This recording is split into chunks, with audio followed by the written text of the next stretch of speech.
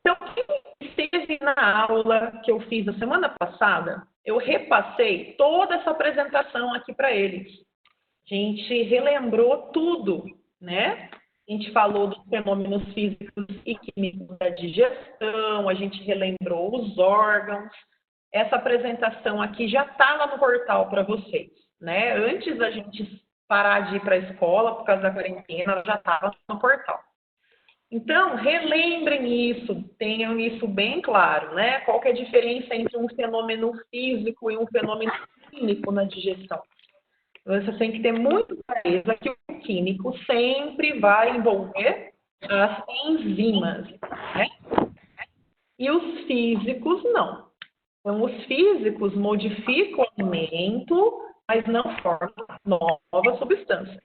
Quem pode falar para mim um exemplo de um fenômeno físico que acontece na digestão? É? A mastigação. Mastigação é um deles. Quem mais tem de físico? Físico. Movimento peristaltique. Muito bem, falta só um. Acontece por causa de um líquido do fígado. Ação da bile. Ação da bile. Então, esses são os três físicos que a gente aprendeu. O que são os fenômenos químicos? Todas as ações feitas pelas enzimas, certo? Sim. Então, tá bom. Aí, a gente conversou um pouquinho sobre os órgãos. Qual que é a diferença entre órgãos do tubo digestório e órgãos anexos? Pessoal, quem sabe explicar? O alimento passa dentro dos órgãos do tubo digestório e os órgãos anexos, o alimento não passa dentro. Perfeito. Então, o alimento entra pela boca, passa pela faringe, passa pelo esôfago, passa pelo estômago, passa pelo intestino, né? Agora, órgão anexo não. Órgão anexo, ele produz algum líquido que ajuda ou armazena, no caso da vesícula, mas o alimento não entra dentro dele, ele apenas ajuda a digestão. Isso que é chamado de anexo. Anexo quer dizer, está ali pertinho, porém, o alimento não entra nele. Aqui tem aquela imagem que vocês já, acredito, estão sabendo, né? Precisa conhecer o formato dos órgãos e o local que ele fica. Depois tenham clareza. Eu pedi até para fazer um desenho, né, semana passada sobre isso. Sim. Isso. Aí, então, vai começar a falar um pouquinho dos órgãos nessa apresentação. Vai falar tudo o que acontece na boca. Vai falar, então, que a gente tem lá um fenômeno físico e um químico. Qual que é o que é digerido na boca? Amido. O amido. E se o amido começa a ser digerido na boca, ele vai ser quebrado em partes menores, né? Ele vai ser quebrado na maltose, que é um açúcar bem menor do que ele. Então, a gente tem na boca um fenômeno químico. O primeiro fenômeno químico já está na boca. Então, na boca a gente tem um físico, que é a mastigação, e um químico, que é a ação da amilase salivar. E uma coisa muito importante é saber que o pH interfere diretamente na ação das enzimas. Na boca, a gente tem pH neutro, né? O pH 7. Portanto, se eu alterar o pH da boca, a salivar não vai conseguir trabalhar direitinho. Ela gosta de pH neutro. Muito bom. Saindo da boca, a gente vai para a faringe, onde vai acontecer a deglutição, né? O alimento vai ser engolido. E aí a gente tem a epiglote, que é aquela cartilagem que ajuda muito nesse processo, porque ela evita que o alimento entre no tubo respiratório. Aí então começa o movimento peristáltico, a gente vai ter o esôfago levando o alimento até o estômago. Deixa eu ver. Oi?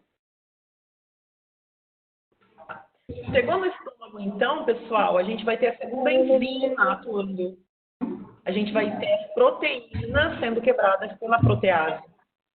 E agora, o pH continua sendo neutro, pessoal? Não. Não. As proteases do estômago, elas gostam de trabalhar em pH ácido. É por isso que, junto com elas, o estômago produz o ácido clorídrico. O gástrico, além das proteases, o ácido clorídrico.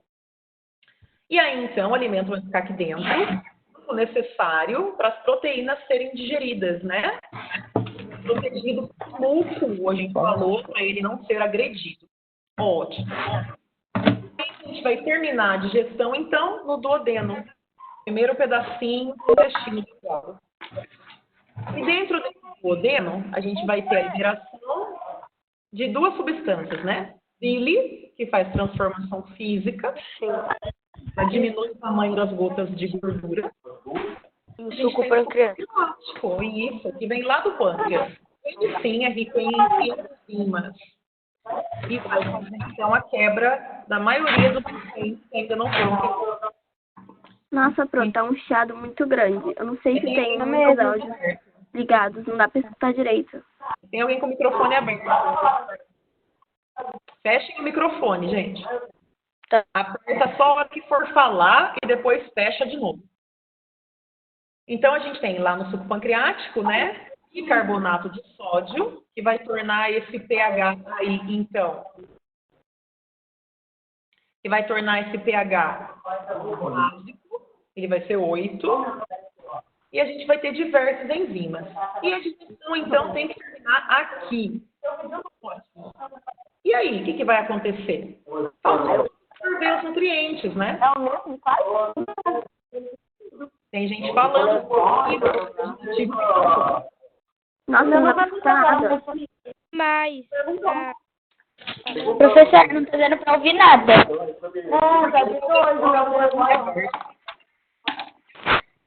Larissa, Maria Eduarda, Laura, tudo com o microfone aberto.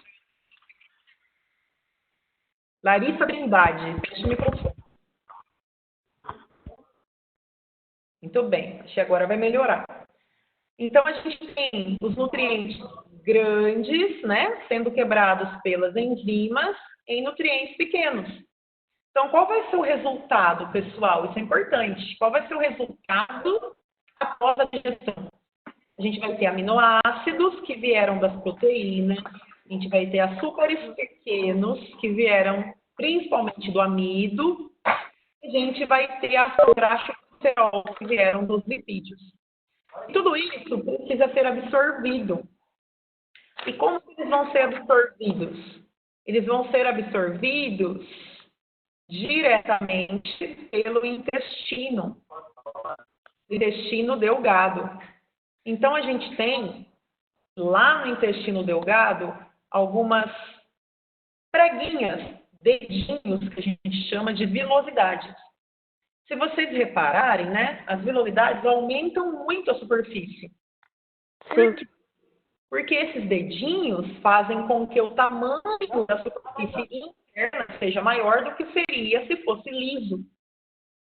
Existe uma vilosidade, e essas vilosidades, então, são visíveis ao microscópio, e existem microvilosidades. Então, se você observar um dedinho nessa imagem aqui do cantinho, o dedinho tem um monte de dedinho em cima dele, né? Então, se a gente colocar no microscópio, a gente vai ter essa imagem cinza grande que vocês estão vendo aqui. Tudo isso, então, serve para quê, gente? Para absorver aqueles nutrientes que foram quebrados, tá? Absorver e levar para onde? Levar para o sangue, né? O sangue vai transportar nutrientes para todas as nossas células. Muito bem. Esse intestino, então, ele é bem longo, né, gente? Ele tem cerca de 5 metros de comprimento. Ele é bem longo. Depois que tudo isso for absorvido, então, a gente vai chegar lá no intestino grosso, que é o último órgão. Esse último órgão, olha que interessante, vai absorver apenas água. Água e algumas vitaminas, sais minerais que estão dissolvidas nessa água. Então, você não precisou fazer digestão de vitaminas, de sais minerais, porque eles já eram pequenininhos. E aí, o intestino grosso, então, vai absorver. Tá. Então, na verdade, o que eu fiz até agora? Eu relembrei para vocês as funções dos órgãos. Mas qual que é o foco principal de hoje? O foco principal de hoje é a gente comparar esses órgãos, que é o sistema digestório humano, com esse órgão aqui. Vocês se lembram que tinha um nutriente que o nosso intestino, o nosso estômago, nenhum órgão do nosso corpo, na verdade, nenhum órgão nosso era capaz de fazer a digestão? Que nutriente era esse? Celulose. Celulose. Por que a gente não consegue fazer a digestão da celulose? Alguém tem um palpite? Diminuindo. Não dá energia. A gente não consegue. Ela não fornece energia. Tá ótimo. Mas por que a gente não consegue? Porque a gente não tem a enzima pra quebrar ela. Eu sei, Pro. Ó, Não, pode. Deixa. para quebrar o Jamile, nutriente, vai eu embora. preciso de uma enzima. Para quebrar o amido, eu precisei da amilase. Para quebrar a proteína, eu precisei da protease. Para quebrar o lipídio, eu precisei da lipase. Para quebrar a celulose, eu preciso da celulase. Só que nós não temos. Então, isso que a gente não faz a digestão. Só que os animais ruminantes. Então, essa imagem que vocês estão vendo aí na tela, gente, é um estômago de um animal ruminante. Qual que é a diferença entre eles e nós? Eles não têm alimentação variada, eles só comem capim. Então, boi, cavalo, ovelha, cabra, eles comem capim, né? Consequentemente, se a gente só comesse capim, a gente ia morrer. Por quê? Porque a gente não consegue tirar energia do capim, né? Porque a gente não tem a enzima que faz a digestão. Esses animais, então, para eles sobreviverem, eles têm uma adaptação. Por quê? Eles só comem capim, eles precisam conseguir tirar a energia do capim, eles têm que conseguir tirar a energia da celulose, que é a tal da fibra alimentar famosa, né? Então, se a gente pegar um boi, um cavalo, e a gente imaginar o corpo dele, dividir em 4 mentalmente, 1/4, gente, do corpo de um cavalo, do corpo de um boi, é o estômago dele. Então, esse estômago aqui é muito grande nesses animais. Por quê? Porque o alimento fica aqui dentro muito tempo. Como funciona, então, a digestão dos ruminantes? Em primeiro lugar, o boi, né, pega o capim e mastiga. Então, ele faz a mastigação. Só que não faz a mastigação igual a gente. Não tritura 100% esse alimento. Engole e vai para o esôfago, meio que sem mastigar totalmente. É esse alimento que ele mastigou, mais ou menos, vai para uma parte do estômago chamada rumen. E o que tem dentro desse rumen? É aí que está o X da questão. Dentro desse rumen tem bactérias que produzem a tal da enzima celulase. Ou seja, se eles têm bactérias que produzem a celulase, eles conseguem fazer a digestão da celulose. Aqui, se você observar um boi se alimentando no pasto, os cavalos, vão perceber que ele mastiga muito tempo. E eu falei que ele mastigou mal para engolir. Então, como é que funciona isso? Por que ele fica mastigando tanto se eu falei que ele mastigou pouco?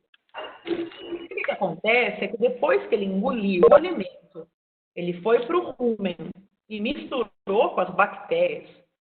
Esse alimento misturado com as bactérias volta para essa partezinha do estômago chamada retículo. E esse retículo manda de volta para o esôfago e volta lá para a boca, para ele mastigar de novo. E é por isso que esse animal, então, faz esse processo chamado ruminação. Por isso que eles chamam ruminantes, tá? Porque, então, ele engoliu o alimento, mastigado mais ou menos, aí esse alimento foi lá para o rumen, misturou com as bactérias, voltou aqui para o retículo, essa bolsinha perto do esôfago, o retículo se contrai e manda de volta para a boca, para ele mastigar de novo. Ok, mastigou de novo, então, é aquele momento que a gente vê o boi mastigando várias vezes, ele mastiga de novo, aí ele engole. Engoliu de novo, o alimento agora vem para essa parte chamada omaso, que é tipo um estômago mecânico que faz movimento peristáltico bem forte. Então, aqui vai amassar bastante o capim. Depois que amassou bastante o capim, vai para o estômago semelhante ao nosso. O estômago do boi, que é semelhante ao nosso, é esse chamado abomasmo aqui, ó. É aqui que vão ter as outras enzimas que ele pode produzir. Então, aqui é o estômago químico dele mesmo, que vai produzir um tipo de suco gástrico, tá? E aí, depois, então, vai para o intestino para absorver os nutrientes. De tudo isso que eu falei, o que é o mais importante? É importante vocês lembrarem que o estômago do boi tem uma adaptação. Ele é dividido em 4 partes. Em uma dessas partes, tem bactérias que produzem celulase. E é por isso que ele consegue fazer a digestão da fibra alimentar. É entendido, pessoal? Sim? Sim. Sim. Dúvida? Sim. Não. Nenhuma dúvida? Não. Não. Não precisa saber o nome das 4 partes. Só precisa Professora. saber o nome do rumen. Essa é a parte importante. Então, lembra, ruminantes, rumen. Rumen são as bactérias que produzem a enzima celulase e, portanto, faz a digestão da celulose. Alguém tem alguma dúvida? Não. Então, né? Não. é, Não, nenhuma dúvida. Ah, não! Não, foi o quando derrubou as coisas aqui. Pode falar. Esperando. Alguém quer falar? E aí? Não, foi o martelo. Bom, então. eu quero falar. Quer falar? Fala. É que tem um microfone de alguém ligado que parece que a pessoa tá falando, mas... Ó, parece pra mim quem tá falando. Então. Agora apareceu que era a Sara. Era a Sara? Sim. Então, por enquanto, só apareceu a Sara. Se aparecer mais alguém, eu aviso. Às vezes a pessoa bate o dedo sem querer, daí eu peço para desligar. Então, Carol. Carol está com o microfone aberto. Então, vamos lá. Professora. Oi. Tem alguém aqui no chat que tá falando que não entendeu. Mas eu não entendi que a pessoa escreveu que não entendeu, não. O que não entendeu? Pode perguntar.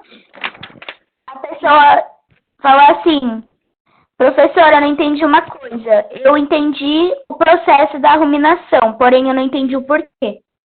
Tá bom. É o Então, Gabriel Bueno. É, foi o Bueno. Ah, tá. Entendeu por quê, então? Por que o estômago deles é desse jeito? Porque eles têm uma alimentação restrita, né? Eles só comem capim. Se a gente comesse só, não precisa nem ser capim, né? Vamos pensar, se a gente comesse só salada, alface, rúcula, qual é o carboidrato que tem nessas folhas? Não tem amido, não tem açúcar, só tem celulose. A gente ia conseguir tirar energia desse alimento? A gente não ia. Por quê? Porque a gente não tem as enzimas que fazem a digestão. Como esses animais aqui têm uma alimentação restrita, eles só comem essas folhas de capim, de mato, enfim, para eles sobreviverem, eles precisam de energia. Então, a adaptação que eles tiveram no corpo dele foi essas bactérias entrarem no corpo dele e ficarem aqui dentro dessa parte do estômago chamada rumen. Tá? E essas bactérias conseguem produzir essa enzima. Então, elas vivem aqui dentro numa associação muito boa, por sinal, semelhante àquelas que vivem no nosso intestino grosso. Elas ficam lá, não causam mal para a gente. Elas ajudam a gente. É semelhante a essa. Tá? Então, o motivo deles fazerem a ruminação é eles conseguirem sobreviver.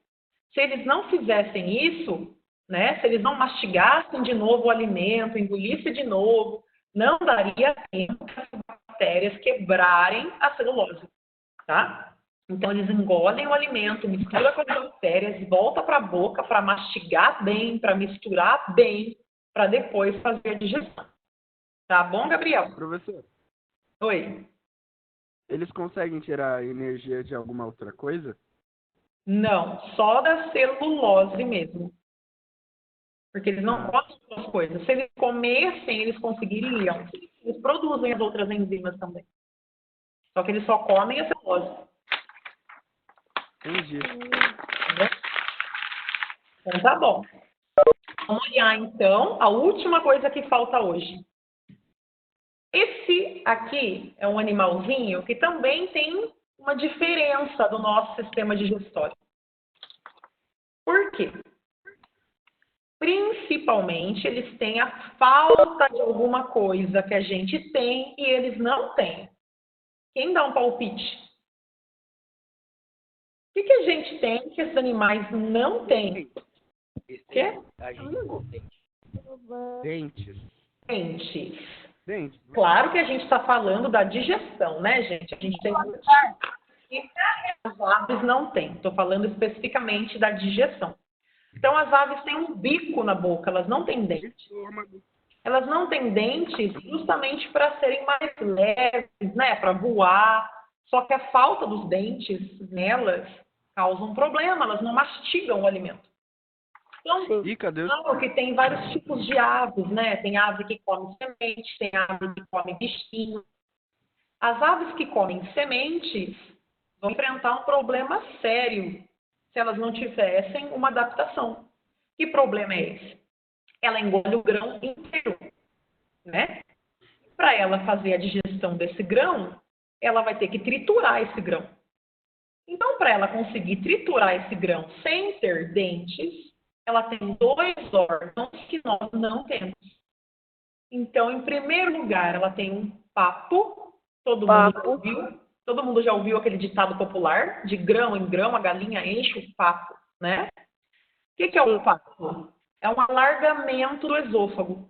Então, conforme a ave, como, por exemplo, a galinha, né, que fica ciscando bastante, engolindo pedrinhas ali, engolindo grãozinhos, antes desse alimento ir lá para o estômago, ele para um tempo aqui no papo. Então, o papo é tipo uma bolsinha, é um alargamento do esôfago, que armazena os grãos durante um certo tempo. E o que acontece aqui nesse papo? Qual a importância dele? É tipo quando a gente vai cozinhar feijão e para economizar gás, para cozinhar mais rápido, o que a gente faz com o feijão antes de cozinhar? Para cozinhar mais rápido. Alguém sabe? Deixa ele de molho? Deixa ele de molho. Então é isso que a galinha faz. Ela deixa o grão de molho. Ela deixa o grão de molho um certo tempo, esse grão vai absorvendo umidade e ele vai ficando mole, tá? Depois, então, a hora que ele já ficou mole, esse grão vai para o estômago, que no caso da ave chama proventrículo, é o nosso estômago, que tem as enzimas. Só que ele não fica aqui muito tempo, ele só pega as enzimas e vai para um outro órgão bem famoso chamado moela. Quem já comeu moela, já percebeu que a moela ela é dura, ela demora para cozinhar. Por quê? Porque a moela é um órgão muito muscular. Qual é a função da moela? Ela faz movimento peristáltico bem firme, bem forte, tá? Então, a moela para as aves, pessoal, é como se fossem os nossos dentes, tá? Então, pela falta dos dentes, a adaptação que essa ave tem, 2. Primeiro, o papo para deixar o grão de molho, para ele ficar bem molinho. Depois, a moela para triturar os grãos, tá? Tá. Então, aqui dentro vai acontecer um movimento peristáltico bem forte, é um órgão que tem uma musculatura bem desenvolvida, para triturar todos os grãos, tá bom? Aí, o resto, gente, é igualzinho. Ela tem fígado, ela tem pâncreas, ela tem intestino, o resto é igual. Então, você tem que saber a diferença. A diferença é que, pela falta dos dentes, ela tem o papo para amolecer os grãos e a moela para triturar os grãos. Tá bom. Tem alguém levantando a mão aqui? Quem está levantando a mão? Professora, É só ativar o microfone, pessoal. Professora, eu tô com uma dúvida.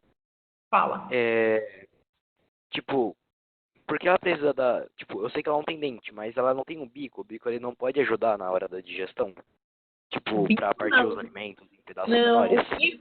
o bico só ajuda a pegar o alimento. Você já deve ter percebido que cada ave tem um bico de um tipo, né? Esse bico vai ajudar no processo da alimentação, ela conseguir pegar o alimento. Mas com o bico, ela só consegue pegar. Ela não tem força para quebrar e triturar.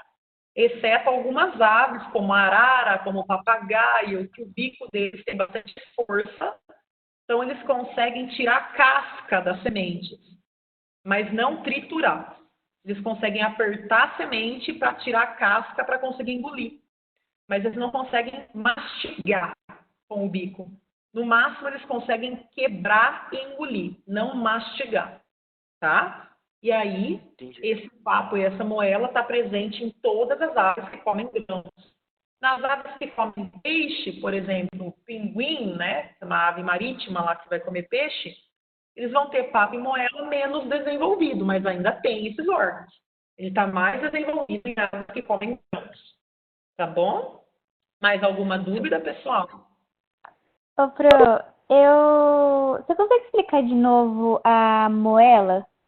A moela, sim. Então, depois que o alimento saiu do papo, ele já estava bem amolecido, ele vai para dentro do proventrículo, que é o nosso estômago, vai receber o suco gástrico.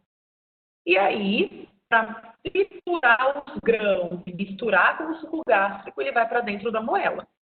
A moela é um órgão que faz um movimento peristáltico bem forte, então ela tem uma musculatura bem desenvolvida, tá? Então, vocês vão imaginar esse desenhinho aqui, que está aqui em cima da ave, cheio com essas sementinhas dentro, massageando mesmo esses grãos, com bastante força. A moela vai fazer a trituração. Então, o papo, a função dele é amolecer, e a moela, a função dela é triturar. Tá? Mais alguma dúvida? Entendi. Obrigada.